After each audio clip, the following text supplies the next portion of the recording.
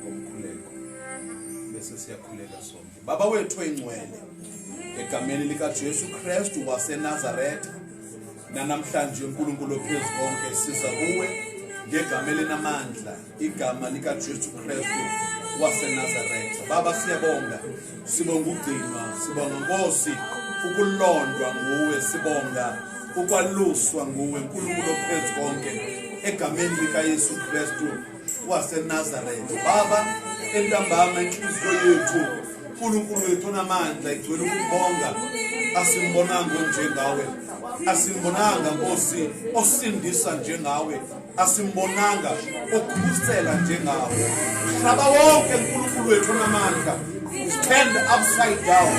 Only one institution uNkulunkulu onamandla inika abantu ithemba, inika abantu uNkulunkulu the reason to live, the reason to wake up. Libandla lakho uNkulunkulu ophezu konke, sibonga ukuthi amandla abuyele ebandleni lakho. Sibonga uNkulunkulu onamandla umkhuleko ophume kwiSouth Africa yonke yesonto. uNkulunkulu onamandla kukhulekelwa isizwe. Baba wethu olungileyo, siyazi uNkulunkulu wethu onamandla noba inamba Nkosi yama-infections iphakama, kodwa nenamba yama-recovery iyaphakama. Baba wethu oyingcwele, kungegazi lakho uNkulunkulu wethu onamandla, ngoba abangcwele bakho bayathandaza. uNkulunkulu ophezu konke entambama Nkosi sisondela kuwe, nabantwana bethu sisondela kuwe, nemizi yethu uNkulunkulu ophezu konke egameni likaYesu Kristu waseNazaretha. Igama elingaphumi kwifashion, igama elingaphelelwa ngamandla, igama esithi nxa silibiza bawethu oyingcwele izinto zijike, esithi masilibiza izimo zitshintshe, esithi nxa silibiza i-atmosphere itshintshe egameni lakho elinamandla. Baba size kuwe ke Nkosi, sizothola ilizwi lakho, sizothola ukukhuthazwa nguwe. Baba wethu onamandla, fika ke Moya Oyingcwele, asikwazi ukukhonza ungekho. Baba wethu onamandla, egameni likaYesu Kristu siyakumema Baba, sibopha umoya wamandla omkhathi amelana nokushunyayelwa kwelizwi lakho, amelana namabandla wakho egameni likaYesu Kristu waseNazaretha. Phinda ngenelela the airwaves, Baba wethu i-broadcast ithi uNkulunkulu ifike kuba kumakhaya ngamakhaya. Baba siyakubonga egameni likaYesu Kristu waseNazaretha, nalesi sikhathi Nkosi sisinikela kuwe. Baba wethu onamandla, thatha indawo uNkulunkulu wethu onamandla, sisaye elizwini lakho. Siyabonga Thixo wethu egameni likaJesu Kristu Inkosi yethu. Ibandla lonke lithi haleluya. Gama elihle bazalwane, nilibize nasekhaya eligama, haleluya, nilibize nasemsebenzini eligama likaYesu. Liyasanelisa thina bazalwane, bahlala phansi bangcwele egameni lenkosi yethu Yesu Kristu waseNazaretha. Isalungisela ke izaziso, siyazi ukuthi Sunday iyasondela bazalwane egameni lenkosi. Sonke ibandla lonke limile lifuna ukuva ukuthi siyaphi tata, siyaphi ngeqhawa. Amen. Bazalwane zime kanje ke indaba zangeSunday. Angiqale ngeFriday. iFriday ke bazalwane inkonzo ye-youth ne-young adult, ndikhulume nabefundisi bakhona. I-consensus ithi no, bayaqhubeka bona online, abazuqala bavule, and it's something that I welcome very much. Ngoba nenkonzo ya Wednesday angizuyivulo kwamanje, sizosebenza online. Angithi bazalwane egameni lenkosi ukuthi abazalwane izimo zisaphithizela, so bazalwane ngiyazi ukuthi i-curfew bayisusile bazalwane egameni lenkosi, kodwa ke I don't want to be reckless nempilo zabangcwele. Angithi bazalwane egameni lenkosi, ngoba sekuvulele notywala, abantu bayaphuza bazalwane egameni lenkosi. Niyazi ke bazalwane babephuzile, abanamsebenzi nemask, abanamsebenzi nanix. Amen. Nabo sesibama bephuma enkonzweni babebekhuluma nabo bebabulisa, hello babathifela ngithi bazalwane. So ke siyacela ke ukuthi ntambama okwamanje siyibambele ekhaya ngithi bazalwane Nkosi yomsikelele.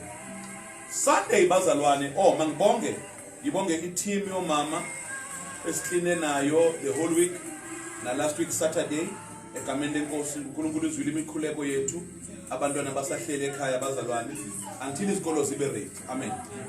Until o teacher babe confident because abantwana bangcwele siyazi ukuthi bafika one day bahlonipha umthetho, day 3 bakhohliwe nokuthi kune corona, baboleka nama mask badlala ngawo angithi bazalwane. So until o teacher nabo babe ne confidence, so sizwile ama union amaningi abongile ukuthi sisasuspendile. So ke siyathemba ukuthi sanity will prevail na ku department babone ukuthi ukuvula izikolo it's a little bit premature. At least another 2 weeks bazalwane sibone ukuthi izikolo si right, but eGauteng sizwile ukuthi noko ku 50% bamdlulile izikolo bayafinyelela ke bazalwane ke. So ke we have to be cautious ane bazalwane. Ngikhuluma kithi ke kumele sithumele abantwana bethu ezikolweni angithi bazalwane ukuthi noma isikolo singavula kodwa irresponsibility ikuwe as a parent angithi bazalwane. Yeah, irresponsibility ikuwe. Satisfy yourself, uye esikolweni uyobona yonke into angithi bazalwane. All right. Enkonzweni ke on Sundays zime kanje bazalwane. Egatini sinemithini ngiphathele umthini one phayana bazalwane ubonisa abangcwele. Sinemithini ke bazalwane eyasebandleni siyitholile eyokuscreena at the gate. Le mithini ke bazalwane ithi uma udlula a certain temperature bazalwane akusho ukuthi une corona. Uyabona angifuni ukuthi kuthiwe ngenxa yokuthi i-temperature yakho ibiphezulu. Ukhumbule ukuthi i-temperature ne-flu ne-fever iyayikhuphula angithi bazalwane. So ke okwamanje siscreena ngalomthini lo, but umuntu odlula u37.5 aye ko 38 angeke simvumele angene. Sizomadvisor ukuthi aye ku doctor or aye e-clinic angithi bazalwane. Akutsho ukuthi une corona. Ngifuna ukuthi ne leadership yami iyazi lento lena ukuthi i-corona itholana ama facts wayo. Ningaze ningene ku expense unnecessary. Indlela yokulwisa i-corona is very simple. Amanzi nesephu. Amen. In the rural areas lapho kungekho wonke lama fogging machine, soap and water. All the hard surfaces, all the door handles, soap and water. Amen. Lento nibone TV eChina kufutwa steam bazalwane is not necessary. Basic protocols, soap and water. So ke usanitizer lona uthatha indawo ka soap and water angithi bazalwane. But if it was possible ukuthi sibe ne basin egateini yonke indawo besathi abantu bageze izandla, into engamandla ukuthi abantu bavale angithi bazalwane. Abantu bavale ukuthi amathe wakho they remain suspended in the atmosphere mawukhuluma nomuntu angithi bazalwane for 15 to 20 seconds before zihla angithi bazalwane. Microparticles, that is why sithi asizukuvumela ungasanitizwanga egateini, asizukuvumela ungafakanga imask, and asizukuvumela itemperature yakho mayilapha ko 38 ukuyaphezulu. Nakhona akutsho ukuthi une corona ngoba abantu bazawuthi ubani nobani bamjikisile bane corona. Niyayibona lento le bazalwane. So ke sinazo zezasenkonzweni ke lezi zinto lemithini. I-team yami ke ngikhuluma nayo yonesi basebandleni siya advisorana ke. So ke by the time nifika Sunday morning nizobona ke i-social space, distance space, masingena singena single file, nilandela ama line 1.5 meter nokuphuma kwethu kunjalo. We don't linger around the church. Ikhichi alikakavulwa angithi bazalwane. Abantu nje esizokwazi ukuba attend ngalabo abafuna ubufood parcelana angithi bazalwane, nabo sisi social distance sibanike nabo bahamba angithi bazalwane. And then izothi ke i-cleaning team bazalwane afterwards all the hard surfaces, bazinikeza wipe down, soap, water, bleach. Angithi bazalwane, basic protocols. And then uba siyakhona sizawuspraya ke ama-door handles futhi, but ama-usher will, iminyango yethu will remain open ukuthi umoya. Angithi bazalwane, ventilation ukuthi kungabi yabona. So ke 50 ngaphakathi, 50 echapel. Mawuze ngemoto yakho, hlala emotweni yakho. Amen. Abanye bazalwane bebethi hayi abantu bazosibizela amehlo ama numbers. No, we are observing i-distance. Umuntu ohlele emotweni yakhe bazalwane family yakhe evule nje ama window ethola ilizwi akangena enkonzweni. Angithi bazalwane, so sizoyisebenza kanjalo Nkosi yomsa insikelele. Amen. And then ke bazalwane ntambama or inkonzo ingo-10, ngena ngo-10 iyaphuma ngo-12. Okwamanje umthetho usasilwisa ngentobo zokuhlabelela, ngoba mawuhlabelela uyayikhipha imask. Angithi bazalwane, yeah, so ke sizohlabelelelwa ke i-praise team yethu, sifakile ama-mask, kodwa kakhulu i-hour lokuqala singena emkhulekweni. Amen. And then ke ntambama inkonzo is 1 hour 3 to 4. Amen. So ekseni, if uyabona ukuthi ekseni ngeke uphumelele, woza kuleya ntambama. Kuzo zoyi-2 bazalwane, full service, leba elijwayele yasenkonzweni. Into engifundisile ngecorona manje ukuthi isikhathi sizawusigcina. Angithi bazalwane, isikhathi sizawusigcina. So ke I'll be speaking to my pastors nabantu abazosebenza ngeweekend, medical team naba esengikhulume nabo ukuthi bazo make sure ukuthi we follow all the protocols. I-team engizosebenza nayo engimane ngidiscussa nayo ke bazalwane egameni lenkosi. So siyabonga kakhulu ke uNkulunkulu ziyoma kanjalo ke bazalwane. Abogogo bacelile ukuthi bangene during the week, angakazi ukuyivumela okwamanje. Ngicela ke bazalwane nibe patient with me. Let me see how the first Sunday goes. Angithi bazalwane, let me see how it goes the first Sunday.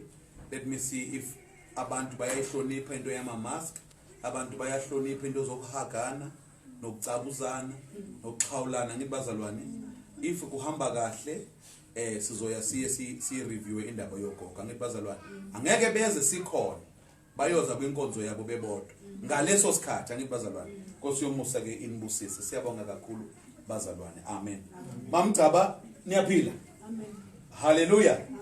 Kufika isikhathi esimnandi mamcaba, isikhathi sezwi. Bazalwane singena ke elizwini namhlanje. Uma ubheka ku screen sakho ekhaya usubonile ukuthi topic yethu namhlanje sikhuluma about the value of the Holy Spirit. Amen. The value of the Holy Spirit in the life of every child of God. Amen. Bazalwane, we are continuing a series yethu ekhuluma the return of the kingdom. Ngibonge kakhulu bazalwane ukuthi ni attendile inkonzo. I cannot thank enough umama Mpedi. I cannot thank enough Pastor Nonceba, Pastor Tembelihle, bazalwane, for a wonderful work that they've done at Bible School. Bible School nayo bazalwane iyavula Monday. Hallelujah. So ke nabo social distancing, maximum 20 in the class. Every protocol le esifundisiwe bazalwane, but ama service wabo angifuna be more than 1.5 hour ukuthi babe no 30 minutes to get home. 8 no kwashaye sebe sekhaya or eduze nasekhaya. Amen. So mayingene ngo6 at least 7 after 7 they should have wound up everything, and gradually we'll get back. Life, as I said on the beginning bazalwane, church will never be the same, but church is going to be more nicer. Church is going to be more streamlined. Church is going to be more focused. Amen. Amen. There are many positions that are going to be redundant in the church because now we are going to be focused, we're going to be streamlined, and many things that are must be changed in order to adapt. Angithi bazalwane, lento leneka long line yabantu ongazi ukuthi benzani kwi hierarchy yabantu. Isikhathi sayo siphelile, because church must be streamlined, and angithi kukhulunywa ngama essentials workers. Ngaphandle nathi ebandleni kufuneka ama essential workers. Angithi bazalwane, hallelujah. Biza abantu for i-meeting ungayazi ne-agenda yakhona, ayikho leyo nto leyo. Angithi bazalwane, streamlined. Angithi bazalwane, into siyikhuluma kayi-1 sivumelane siqhubeke. uNkulunkulu wethu anenze kahle. Ncwadi yezenzo mamgcaba chapter 1 verse 8. The return of the Holy Spirit, the value of the Holy Spirit in the life of every believer. Ithi ncwadi yezenzo chapter 1 verse 8. But you shall receive power. Hallelujah. You shall receive power when the Holy Spirit has come upon you. Amen. Utholile mama. Ngekaqhubeki. Qala nawe mama. Kodwa niza kwamukeliswa amandla. Yes. Umoya ongcwele esefikile phezukweni. Hey. Nibe ngofakazi bami eJerusalem. And you shall be witnesses unto me. Hallelujah. Amen. You shall be witnesses unto me when you have received the Holy Spirit. Hallelujah. Phela mamtha. No ba. Qedelela mama. NaseJudiya lonke, Yes. naseSamaria kuze kube sekugcineni komhlaba. Ethi bazalwane, and you shall be witnesses to me in Jerusalem and in all Judea and Samaria and to the end of the earth. Hallelujah. But the line that I love so much, and namhlanje I want to kick off my sermon with this line. But you shall receive power. Amen. Bazalwane, uma siqala message today. I told you on Sunday afternoon ku workshop. Ngathi bangcwele. Umehluko wethu with everybody ozibiza ukuthi uyisonto noma uyibandla. It is the Holy Spirit. Umoya ongcwele differentiates us from the rest. We are who we are because of the Holy Spirit. Amen? And I told you ukuthi thina we are called the Pentecostal movement because of the day of Pentecost. Lapho ibandla lika Kristu lagcwaliswa ngamandla kaMoya Oyingcwele. Uma uMoya Oyingcwele engekho, we are not the church. We are a religious organization. Amen. And what controls us is a set of rules and a group of people who think they know. We are a sect. We are a religious organization. Also, our president Bekuluma of the religious groups. We are not part of that. We are not religious. We are Pentecostal. We are not led by any man, but we are led by the Holy Spirit. Now, this every child of God, and that is why bazalwane, in the statement of faith of the movement, yes, the PPC, we believe, that is one of the opening lines, we believe in the baptism of the Holy Spirit. Amen. We believe, that's who we are. We believe in the power of the Holy Spirit. We believe in the baptism of the Holy Spirit with the evidence of speaking in other tongues. That is who we are as a movement. Amen. Amen. We are a Pentecostal movement. We are not just a church. We believe in the person of the Holy Spirit. Now, you need to know ibandla mawul join. Nawe osebandleni, nawe leadership, you need to know who we are. Amen. So that when the Holy Spirit says sebenza kwibandla layo, ungazoba yi stumbling block. Amen. Ngoba phela uma sithi sihamba ngomoya ongcwele mamgcaba, kufuneka ukuthi mangise Randfontein ngithandaza umoya ongcwele phendula. Akangakhulumi kimi kuphela, akakhulume kwi-movement yonke. Amen. Masihlangana sikhuluma into eyodwa. Kuthi makuvulwa amabandla, the other day they are celebrating abantu. I'm worried. One pastor phones me. He wants to know, Bishop, you must be excited. Ngithi mina, yes and no. Ati why? Ngithi mina, I'm excited because the church isn't recognized now. Ukuthi kumele ithandaze. I'm not excited because they are giving us a poisoned chalice. Amen. I'm not excited because they are saying, we want to see you mess this up. So I'm not excited because of that. What you know, Baba, on the other hand, actually, I'm so relieved because I was thinking the same thing. No, because we are of the Holy Spirit. That is why nabazalwane ungibangela headache mangabe ngizokhuluma nawe ngathi ngikhuluma nepolitician kufuneka mangikhuluma nawe ngikhulume nomuntu ogcwaliswe ngamandla kaMoya oNgcwele hayi umuntu ozongitshela ukuthi ubani wenzeni umusa wenza nomsebenzi nomusa ngiphuma phi nomusa mina ngiyaphi nozondo noba bangenza noba bangafaka abantu idip mina ngihamba ngoMoya oNgcwele nibazalwane now Moya oNgcwele mamkaba is the one that gives the church its power.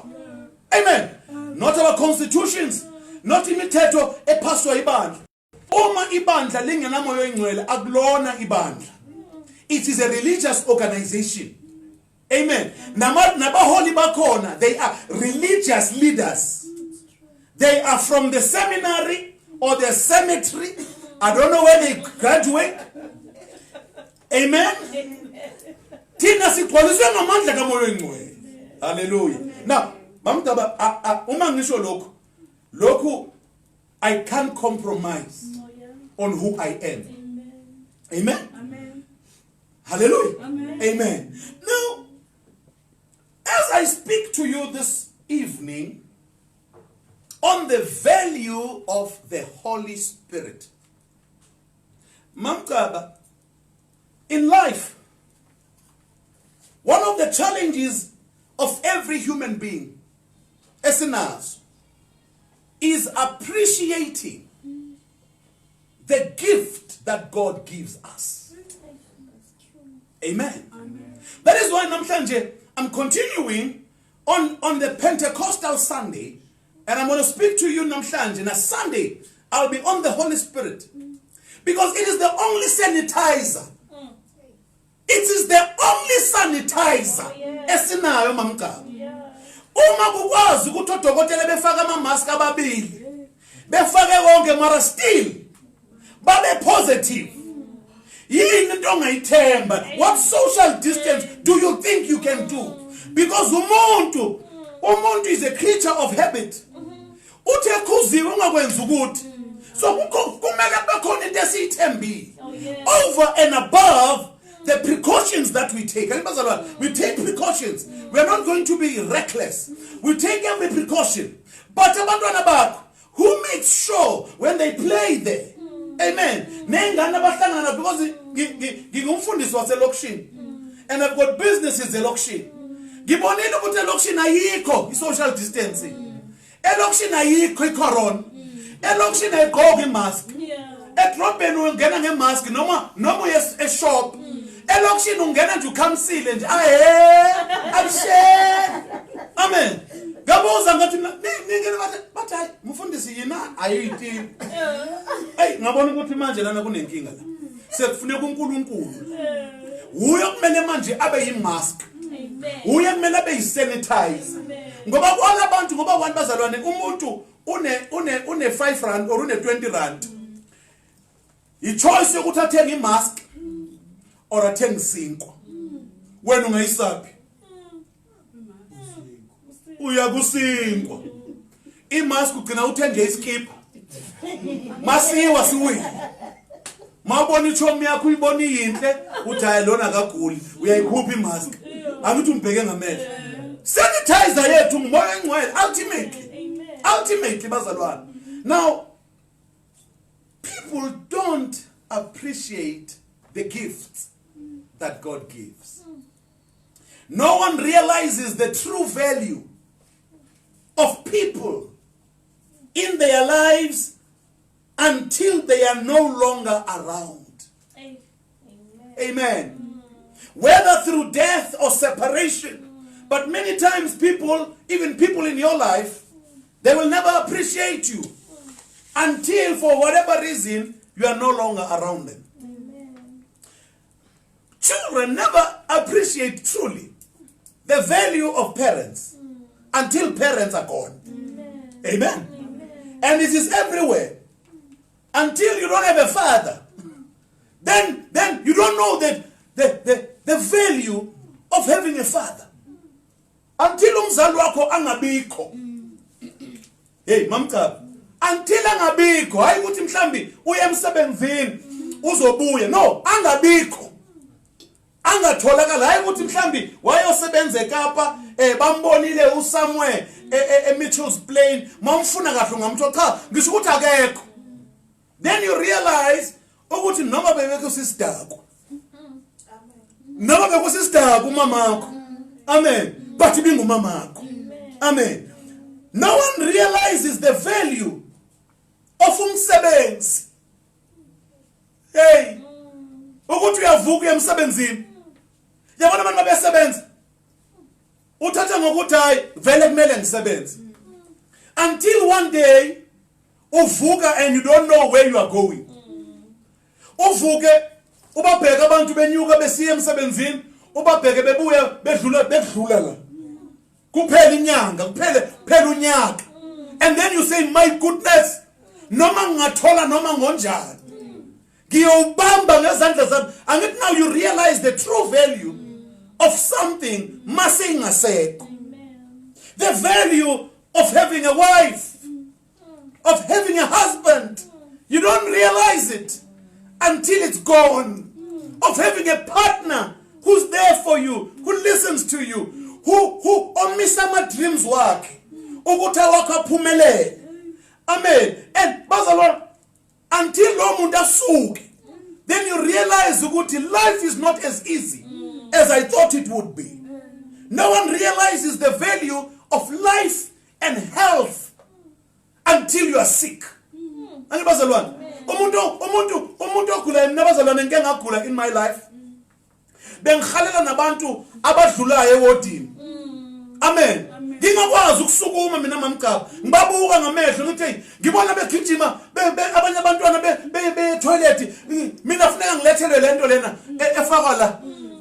Ngikhala ukuthi mangasuka la kulombhede. I'm going to climb, I must step busy. I'm going to do so much. You never realize the value of something until you've lost it. Amen. Until you've lost it. You never realize the value yokubona ingqondo. Until you lose ingqondo yakho ubamba uyeke. Wewabona abantu sebebamba beyeke. Akasakwazi nokugqoka noma engagqokanga kahle akasiboni. Usedlula phambi kwabantu njengagqokanga. Nize nithi awunkosi yami lo mama. Awunkosi yami lo baba. Why? Bazalwane. Akasakwazi ukuzenzela lutho. Ingqondo ayisasebenzi. No one realizes the value of having your hands, of having your feet, your legs. Uzihambele mamcaba, ungaphushwa ngenqola. You never realize those wonderful gifts that God gives you until one day you cannot move. Amen. Until that's why umawami wayekhuluma kakhulu ngabantu ababhemayo. Athi one day uzophefumula ngemishini wena. Iphaphu seliphelile. Uzokhala ukuthi ngabe I listened amaphaphu wami usungasakwazi nokdrawa ibreath. You know, so nama short breath. You never realize the gift of something until it's gone. It is my prayer, bazalwane, that today all believers will realize and appreciate the value of the Holy Spirit while they are alive.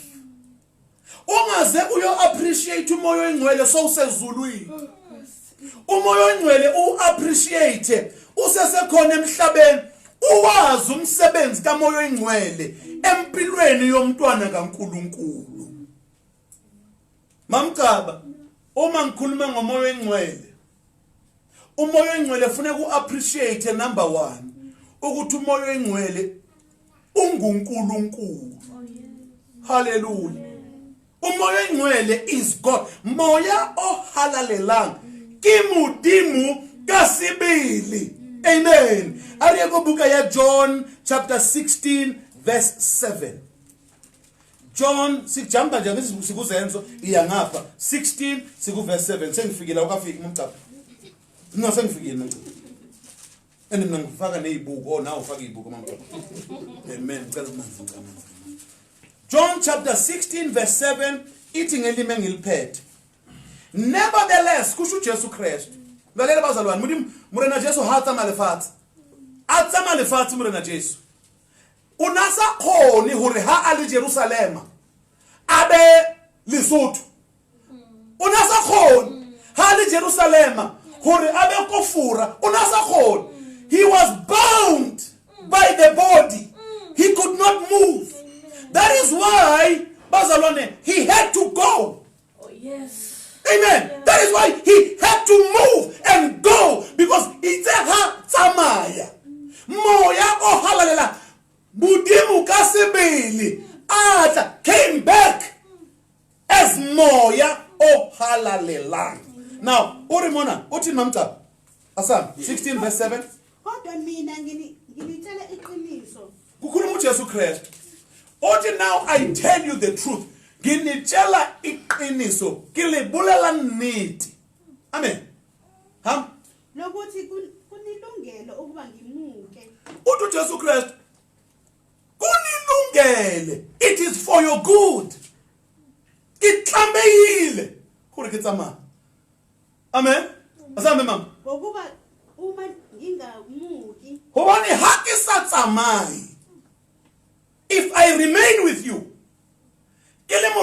alone of a local church, of a local assembly. That's why in the PPC, you need to know that your bishop is not only called for Dlamini. That is why I do not have time for leaders who do not know the move of God. Amen. I don't have time for leaders who are territorial, who think you are only called ukuzolaula a men's group, a women's group. We are called for bigger things. We are called for the move of God. I am in charge. You are in charge of nothing. It is the Holy Spirit who is in charge. We are serving, we are leading under His pleasure. If the Holy Spirit is not within us, we are in a dying church. If you don't see this church, the numbers have doubled. The movement is doubling. It's tripling Barcelona from what it was 5 years, 10 years ago. It is not by magic. They did not come to see the celebrity pastor. It is the mighty move of God. And you need to be in line with what God is doing. Because God said, I must go, that the Holy Spirit must come. Amen. Now, usekhaya abantwana bakho mabakhulisa bakhulisela ukuthi ngelinye ilanga uzohamba. Umzali ohlakaniphile abantwana bakho mabakhulisa ubakhulisela ukuthi ngelinye ilanga angeke ube khona. Yakithi mamgaba ingane zakho awukhulisi ithothobala nje ezingazi nokuthi mawungekho wena isinkwa sitholakala kuphi. Ingane ezidelelayo, ingane ezingamazi umuntu, ingane bazalwane ezipompas, ingane ezicabanga ukuthi ngoba wena usiboleka imoto ezingayazi nokuthi imoto imalini. Uzohamba espina lana imoto akazi nethaya eli1 imalini. Akayazi ukuthi 1000 rand uzibe khona. Usebenza kangakanani? Ayibazalwane kufanele ufundise ingane ukuthi mase ngingasekho kulomhlaba ukwazi ukuma. Uthi uJesu Kristu kuzonilungela ukuthi ngihamba sambe ngamthaba. Umduduzi kayikuze. Bese na kufika uBramdu. Kufika umntu man. Umduduzi. Hey umntu. Kufika umduduzi. Asambe ma. Kepha uma ngimuka ngiya kumthumela. Uthi marama mangisekhona. Akayezi. Hallelujah. Ngoba kahle kahle umduduzi yimi. Glory. Amen. Kahle kahle umduduzi yimi. So mangiloko ngiround nani lana angeke nimrealize amandla kaMduduzi. Kumele lo mzimba lo ushayelwe esiphambanweni. Ufe. Unqatshwe.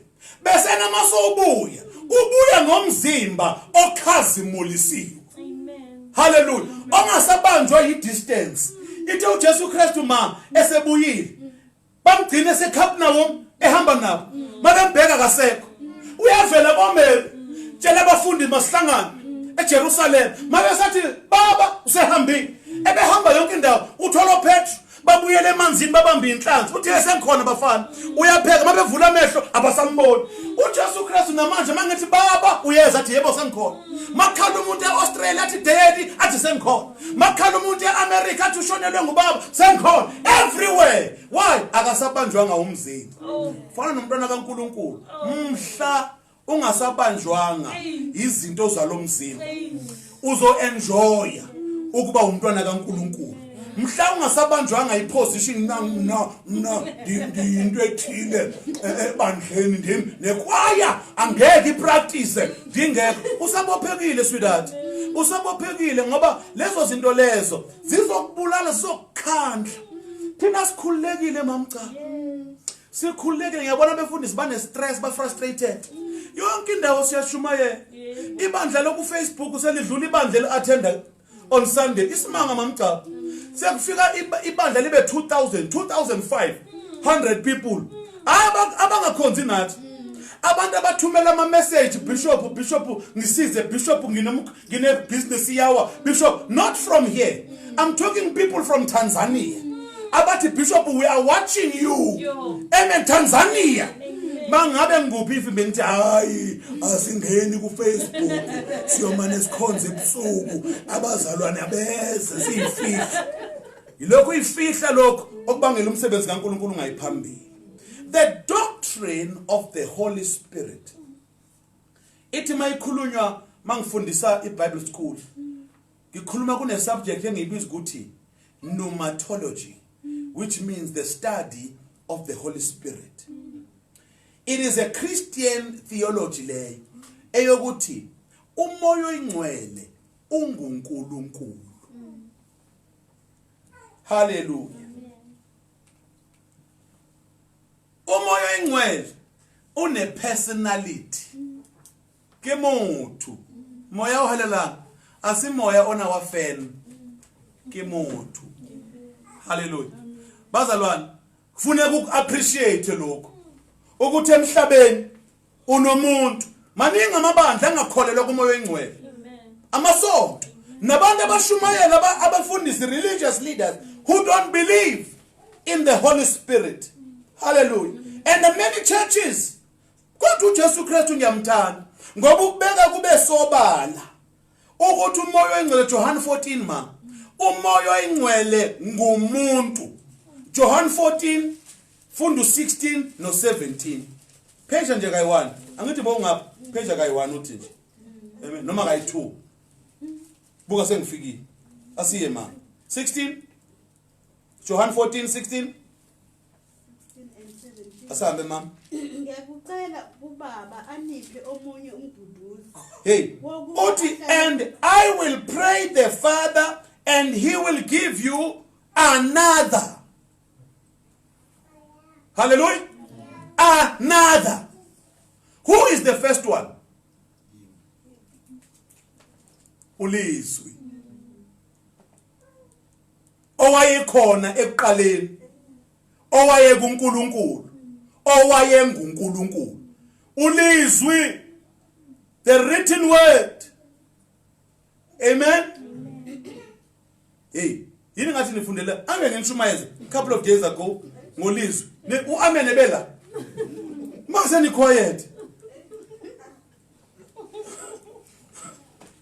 Uthi I'm going to give you number 2 another comforter. Kubeka ma. Umoya weqiniso. Umoya weqiniso. Yebo. Izwe elingemamukele.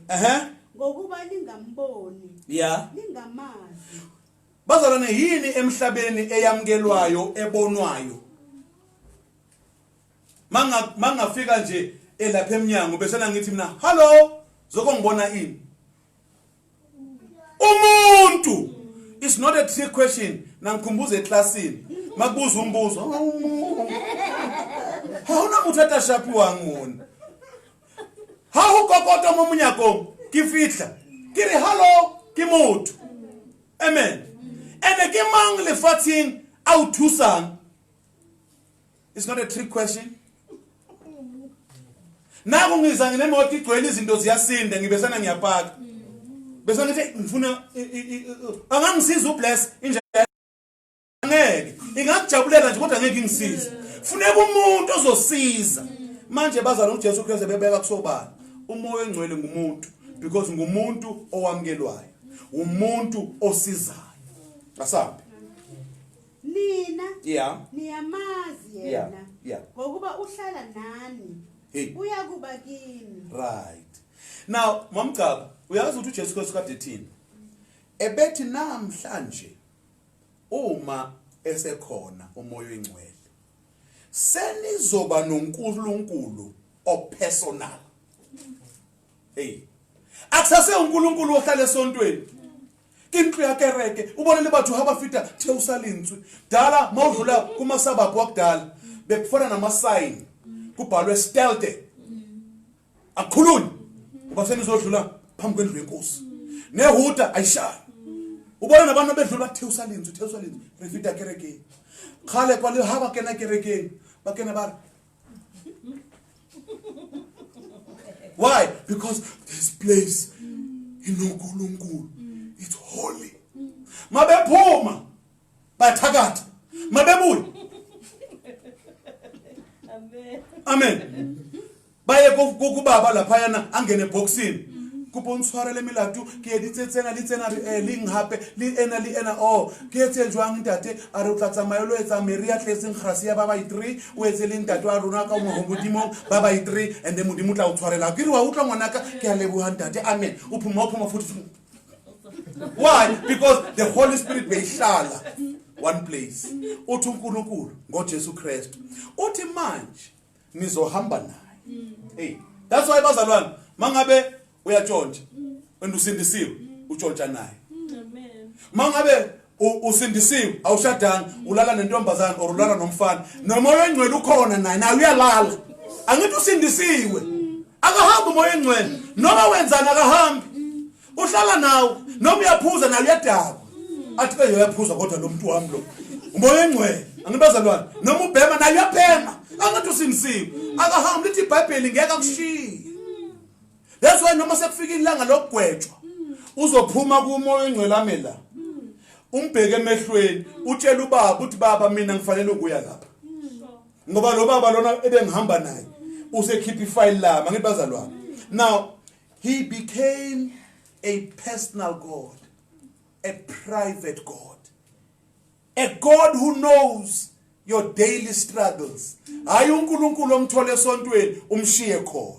uNkulunkulu ohamba naye. uNkulunkulu osebenza naye. We can never fully appreciate the value of having an understanding God. Umoya engcwele is an understanding God. Akekho umuntu o-understanda njengomoya engcwele. Abafundisi aba-understand nabazalwane. Abafundisi nabazalwane abaxoleli easy. Umoya engcwele uxolela manje. Mamka manje. Akuna meeting ezobizwa. Makaxolele right now. Uyaxolela. Okwesibili mamka. uNkulunkulu umoya engcwele is our helper. Hey bazalwane. Uthi ku John 14:16 le mamgcaba ayithumele. Uthi I will send you another helper. You need to appreciate ukuthi unomuntu okusizayo wena. Ungashayi isifuba, usikayikotla isifuba. Uri ubona kuyetsa sena kimatla, hasimatla hawo. Kimoya uhanelela. Why? He is our helper. Ithi iBhayibheli he is our paraclete. Ama Greek bathi mabekhuluma moya engcwele bathi he is the parakletos. He is the one that comes alongside to help. Amen. Nothing happens without the Holy Spirit in the life of a child of God. Hantle moya ohalelelang bana besu le le mosadi yo ke dulang le ena nka se kgone go dula le ena nka mo palla. She is tolerating me because of the Holy Spirit. Bazalwane mina ngikwazi kwakho umuzi. Hallelujah. Amen. Angikwazi kwakho umuzi. Kodwa umile. Ngizwe abantu bethi hayi umzi wakho nothi uqinile. Wenze kanjani angazi. I don't know. Ask the Holy Spirit. Why? He is my helper. Amen. Nothing happens makengekho. Living my life, working, family, ministry. Life is complicated. The Holy Spirit is my traveling companion. Hallelujah. And my lawyer. Hey, mamka. Uyabona mina ngingedwa, ngangena enkingeni. Ngathemba abantu engamelanga ngibathembe. Ngathanda abantu engamelanga ngibathande. Noma beze bethi hello, ngisinda ngomoya oyingcwele. Athi ungayivumi le hello. We are here to help you. We are here to assist you, Bishop, really. You are here to assist me. I've got the Holy Spirit that assists me. Amen. Are you filled with the Holy Spirit? Otimake khuluma ngaye athi he is another helper. But personally, when this word doesn't make sense, the Holy Spirit comes in. Kunamalanga izwi likaNkulunkulu. Ngilimele ngikhala. Izwi lithi ngixole. Ngiyifase mina ngithi never. Uthi baba I'm not ready. Izwi likhulumile. Bese nekufika umoya oyingcwele. Athi umoya oyingcwele hayi. One day at a time. Kusho umoya oyingcwele. Athi kancane. Ayithambise inhliziyo yami. Hey, umoya oyingcwele. Ayithambise inhliziyo yami. Ngilimele. Ngafunga ukuthi ubani ngiyoze ngiyethuneni. Afika umoya oyingcwele. Athi ngithi ngangikhona. I was there. I protected you. Noma benzani, you were safe. Athi umoya oyingcwele, take one day at a time. Awu insuku mazihamba. Inhliziyo imelt. Ubani oyimelthisa inhliziyo mamcha? Ngoba abantu bona bayimelthisa inhliziyo. Abantu bayakhumbuza ukuthi uyakhumbula wakwenzani uba. Uyakhumbula ubani wayefuna ukukudlisa. Uyakhumbula ubani wayekho ehlangene nabanye abomama esontweni. Uyakhumbula ubani moya oyingcwele ayithambisa inhliziyo. Amen. Hallelujah. Why? He's my helper. He's my helper. He's my rock. Moya oyingcwele indoda engayethemba. Yubona bazalwane, he helps us to cope. That is why he's called our helper. I cope because of the Holy Spirit. Nothing as testing bazalwane as going through a storm alone. Alone. Singafa. When we go through storms, if I can write a book about storms. Private storms that nobody knows. Public storms that everybody knows. Hidden storms that only you and your family know. Storms that only 3 people know. Marazikshug. And the only thing that keeps you sane, it is the Holy Spirit. He keeps me sane. He keeps me calm. He keeps my blood pressure down. He is my helper. He is my rock. I appreciate him. He speaks moya oyingcwele. Noma izinto zinzima, ahlebele endlebeni athi kuzolunga. Athi this too shall pass. Hey, verse lam Romans 8:28. Ngangilifundela umoya oyingcwele. All things work together for good to them that love God, to those that are called according to his purpose. Yangidlulisa kumshado owawuwa, yangidlulisa kwiBible school ngingenamali yokubhadala, yangidlulisa bazalwane kwami ngilayita amakhandlela day in day out, ngihlala kuma crate. Umoya oyingcwele wathi this too shall pass. Indlu yakho uzoba namasofa, uzoba nokudla fridge, ngena fridge, ngena gedlela, ngena lutho, lala ngengubo eyodwa. Private storms that nobody knows. Mawuphuma usulubuso uhamba uyoshumayela abantu baphile mara mawufika kwakho kuyafiwa.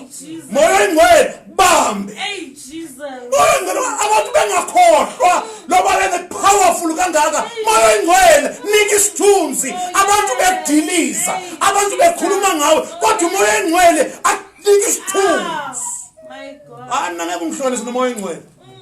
Angeke umhlukanise nomoya oyingcwele. He is my helper. Okwesithathu umoya oyingcwele. He is our counsel.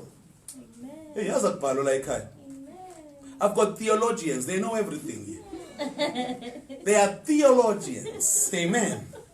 They are from the upper echelon of their community. They are the religious aristocrats.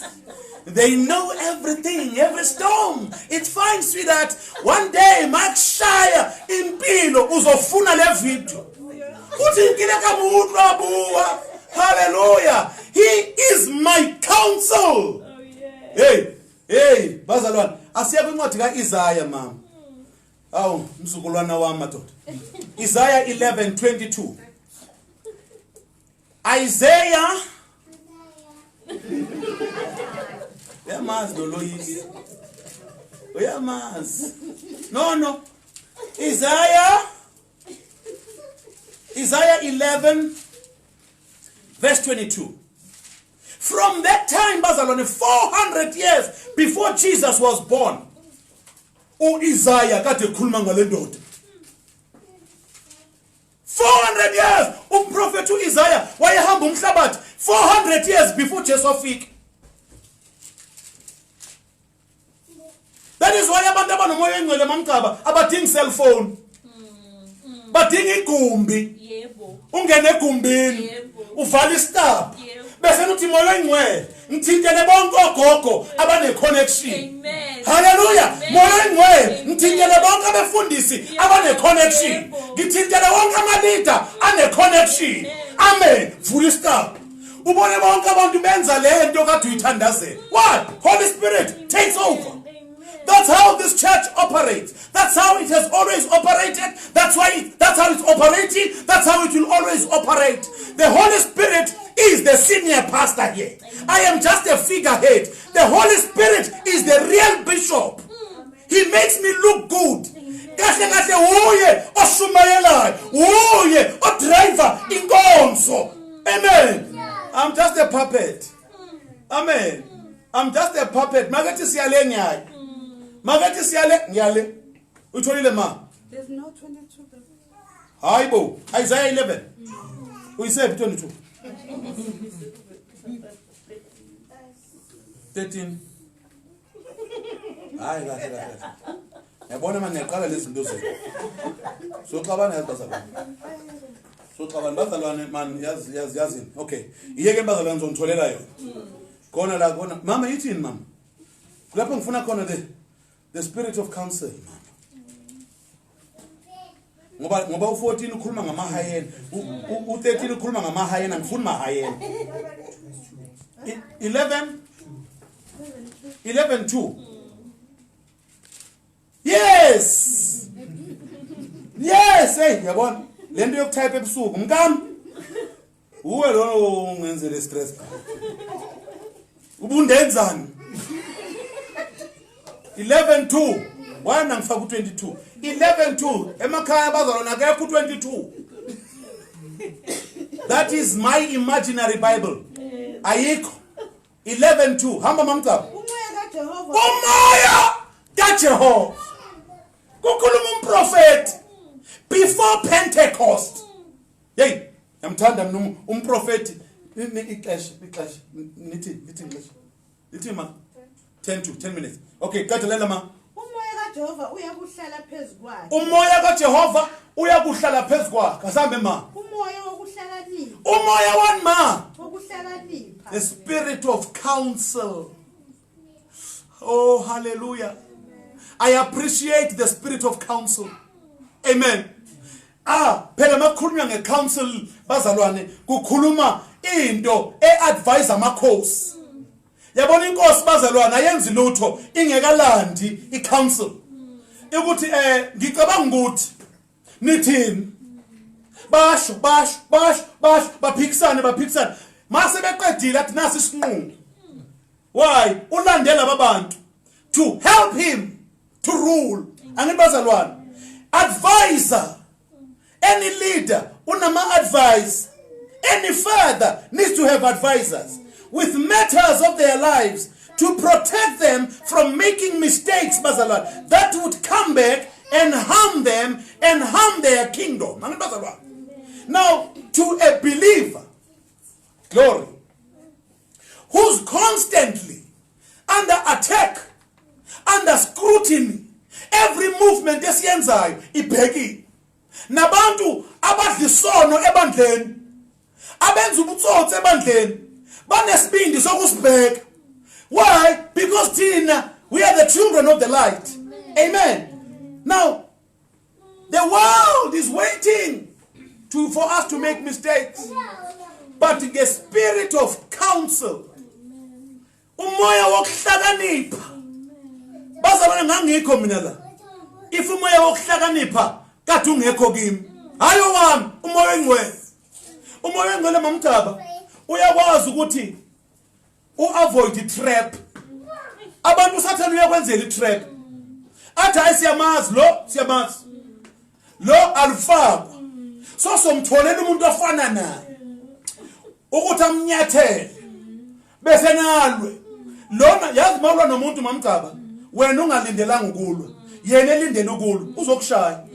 Ngoba wena uzolwa ngenhliziyo ngithi mamthaba, lo ukulindile ukuthi hayi ngizomlungisa. Khona intombazana sasifunda nayo esikoleni kwemabanga ngaphansi eyayisuka emakhaya lena, yazi amantombazana asumakhaya mamgcaba kudala kade efika vele nje sekumama uzofunda nezingane. Hey, bamenzela iplan njalo yonke intombazana wayishaya shaya nabafana nami sengiphuma kwisandla sakhe. Abesifunda nengudu bazalwane, yangihlanganisa nebhoda bangena uphumzile efuna ukuzona sengikhala mina anoma ngangustandard sabi or standard 1. Kwaba khona enye intombazana ngelinye ilanga yaza nesivalo isidikiselo sepolish esibhotshoziwe ngapha siyaluma wasifaka esikhwameni. Ebemshayile the previous week, ukhohliwe lona, uphuma ethunywa wothisha ukuthi abayoklina izindlu. Yakhumula dalo thisha ababethuma ingane engathi indala, hamba uyoklina kwami, hamba uyokwendlula, hamba ukuyovula, hamba uyoneka iwashi. Nekhumbula ambazana niyazi afika amphasise lana ngibazalwana. Yambona uNkulunkulu ayisenziwa le. Le ntombazana lena ithengena yamshaya ngomnyango. Amshaya waya vele eyithembile ukuthi mina vele ngiyashaya. Kanti lengane sifaka isandla esikhwameni ku-gym dress. Ithe mayijika lengane yamhwaya ubuso bonke ngesivalo sepolish esinezimbobo. She did not believe it. Wayeka ngoJune esikolweni. Esedabukile ikhala bonke. Esopha yonke indawo. Zangabuyi. Babezama kuba ukuthi bathi wathi angisayi. Vele wayena 18 thina sinabo 14. Ungayi understand ke into eyayilapha kulesa sikole. Ebuye emakhaya. Umoya engcwele has made me to keep quiet when the enemy was ready for me. The spirit of counsel yangena yangibamba. The spirit of counsel bazalwane is the one that guides you. Amen. Usulungiselwe izinto ozithandayo nezinto ozidlayo abaziya abantu ukuthi noma lezi angeke athi hayi. Umoya engcwele angakuniki appetite ngalelo langa. Uzibona ukuthi labantu bayangidina uzuyihambela. Basibuza ukuthi kwenze njani? No. Holy Spirit. Dala ngikhonjwa mina ukuthi uyohlala usinda. Kade sikulindile. Uyohlala usinda. Novusa iximba bamtshele emlazi. Bathi uyohlala usinda kwamasho. Bathi leli thaya kade kuyinecklace yakho. Ecula ngabanye osisi abahle. Angithi ma uyazi. Wasizwa iwisdom ngalelo langa. Akazange bakhombe kwamasho bakhombe emlazi. Amen. Bathi uyohlala usinda. The spirit of counsel helps you as a child of God not to land in trouble. We need to appreciate the Holy Spirit. We need to appreciate. I'm just going to say, Mom. Mama uyasongeza. Sizothandaza abazalwane ngiyaqhubeka Sunday. Siqhubeka sesisepham. Amabandla eRandfontein nikhonze. eLens nikhonze. Observe ngizonika usanitizer nizosanitizer mara only one service angibazalwane. Minimum less 2 hours abazalwane bahamba ngibangcwele. Edlamini 50 chapel 50 ngaphakathi imoto ngaphandle. Nihlale emotweni uNkulunkulu wethu anenze kahle. Ngicela ibandla lisekhaya lonke sukumani bazalwane sizokhuleka egameni lenkosi. Nabasendlini siyakhuleka manje egameni lenkosi. Glory to the living God. Hallelujah. Amen. Glory to Jesus. Glory to Jesus. Baba egameni lika Jesu Kristu.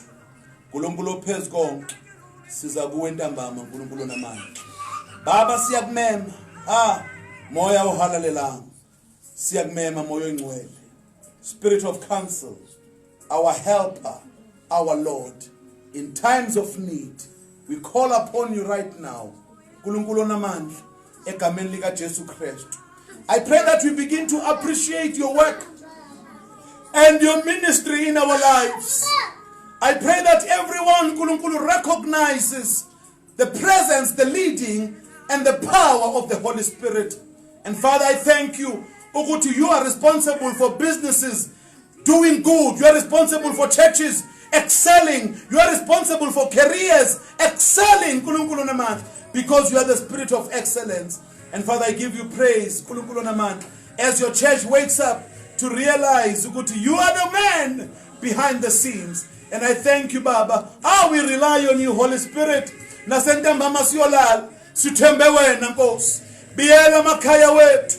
Kusasa Nkosi before siphuma. Wena sisanitize. uNkulunkulu namandla. Ngegazi lakho Baba siyabonga. In the mighty name of Jesus. And we give you all the praise and all the glory. In the mighty and awesome name of your Son Jesus. We give you praise. Sithi uNkulunkulu wethu namandla.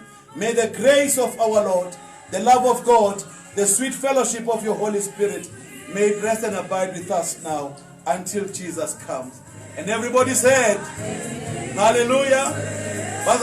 Young people, young adult, Friday 6 o'clock, same place, same time. Friday 6 o'clock. uNkulunkulu wethu anenze kahle. Bazalwane nonke siyobona Sunday. Ngakhohlwa ama mask.